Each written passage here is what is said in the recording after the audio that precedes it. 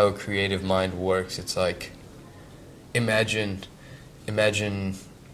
your browser, your web browser has like 5,000 tabs open at the same time. That's exactly what's happening in here. It's like you're constantly switching between things, but you know you have to get back to something at some point, and it's a little intense, but I wouldn't want it to be any other way.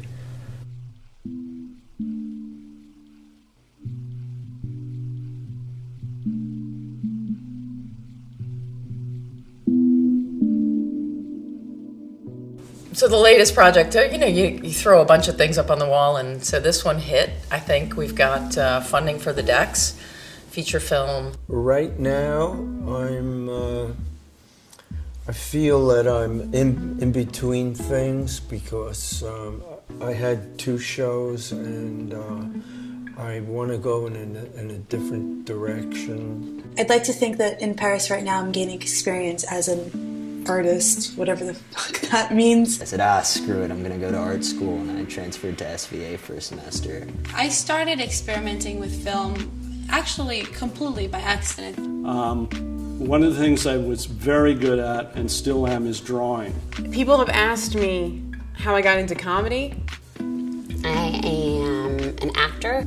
I knew I'd be a painter by the time I was 13 years old.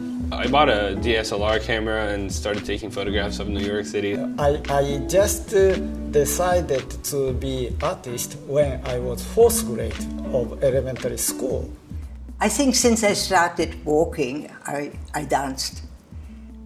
I cannot remember any time when I didn't dance. So this is my life. Put a bunch of ads on Craigslist and be like, I'm a professional photographer. And I didn't even know how to set focus, like manual focus. I would just throw myself in the water, without even knowing how to swim. I'm that girl with big DSLR and a huge lens, and I always look for a story. I always look for something to say. For even though I feel like I'm very detached with my form of storytelling, I'm very I'm there and I'm gonna tell you what I see. But I'm not going to give you any commentary or analysis on it. I'm doing a lot of rewriting on a really, really long piece of work that is essentially about a lover I had for 17, 18 years. I didn't want to make it a mini bio. I didn't want to make it a novel. It's sort of like a long, short story. It starts a young girl. The protagonist grows up on fishing boats in Maine. She hears music in everything, in the repetitive sounds of the winches and the engines and the motors, the gulls, the ocean, the waves, the water, and it kind of all comes together for her, and worlds collide in this character. She has this great passion of taking these sounds that no one's ever heard before and layering them, just like in the house music, the layers of sound. And I was just writing material. I wrote a lot, and it was funny. And then I thought about drawing comics, like actual comics. Like I love comic books, love Marvel, all that stuff. So I was like, maybe I can write funny ones, like dark, funny ones. And I didn't want to draw that often, so I started writing stuff, and I just say it on stage. I live in a building that is kind of also a collective of artists. Most of the people there, 345 Eldert, they call it Eldert Lofts. Everybody there is an art form. Some people have their own studios set up. There's like a group of aerialists that live in the space above mine. They do crazy performances. Actresses, like musicians, programmers, like the whole thing. West Memphis is a place, a special place where artists, people can live, people can express themselves, people can sing, people can dance. We performed and taught adults that were in like the late 20s, 30-year-old contact improv class in this little church, and I think 10 people showed up. The contact improv scene is almost kind of dying there, and they were attracted to way other movement than the other students are. But what was so cool is that we had this big 15-minute improv at the end, and it was almost like we created a monster. Like it was just like crazy movement, like who would have thought that like 15 people are in this room just like screaming and banging on the floor or just lying on the floor or moving in very odd ways that you just don't normally do in your everyday life. It's been always my problem since I was a small girl. My mommy would notice that. I didn't know it because it was me. For me, it was natural. My mom would be like, you want to have everything. You can't have everything. You can't be everybody. So I wanted to be a doctor and a lawyer, but an actress and a painter. And I wanted to write books, and I wanted to write plays, and I want to act in a play, and then I want to sing in a play. So I wanted to be an artist. But then again, I wanted to sell apartments because she was such a business. I wanted to wear those long coats, have my hair up, and be a businesswoman. And I know I can do it all, but then I have this time issue. Like there's no time. I'm not gonna be able to do it all. And then I'm freaking out. How much time do I have? So I'm like, okay, I focus on my paintings because I'm very good at it. I'm gonna do that. I love it. Painting is, as you know, a kind of nebulous project. It's one that I have a great deal of faith in, but it's hard to measure how we're benefiting the world. You know, it's not that I don't have faith in it. I have so much faith in that kind of silent alchemy that happens. Even when you sell a painting, you really don't know what a person is seeing. So it's hard to measure. I study really seriously artworks. Then I saw a pop artist and pop art in Japan from the art magazines. I got really influenced and I shocked about Andy Warhol or Jasper Jones artworks. So just I really wanted to be group show with my paintings next of Andy Warhol or Jasper Jones. What I'd really like to do is illustration.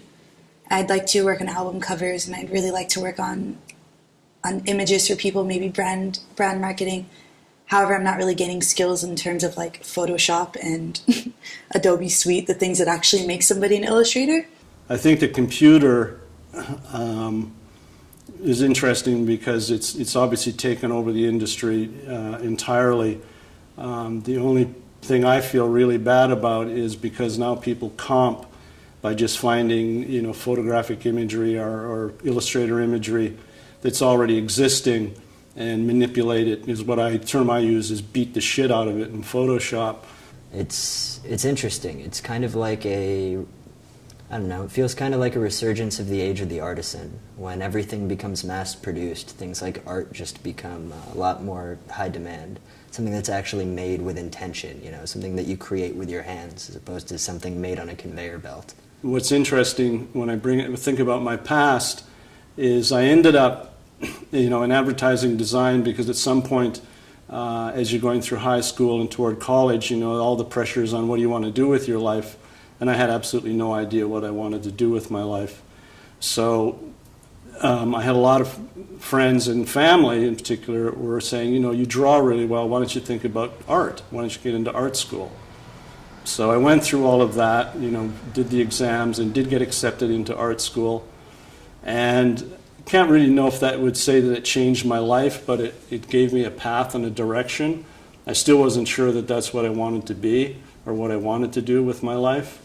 But the more I hung with different people and other artists and had a lot of dialogue about art and got more and more and more involved in it, I realized that maybe this was something that I could do with the rest of my life. It manifests somehow, like the pain, and I guess I'm not good at, I can't play an instrument. So it's like you could be a musician, write really soulful music, but I can't. So I get on stage and tell people my problems, and they think I'm kidding. Like I tell my childhood, and I've had people later go, that didn't really happen. I'm like, no, it did. I'm just literally getting up here telling you actual stories about my life and true things, and you guys are laughing. And I'm fine with that. And there was an outlet for me to like just express, even back then, like even if it didn't, even if the photograph wasn't like a portrait of someone, it was just a form of expression for me. Like even if it was like a memory or if it meant something personal to me, a moment I wanted to remember, whatever.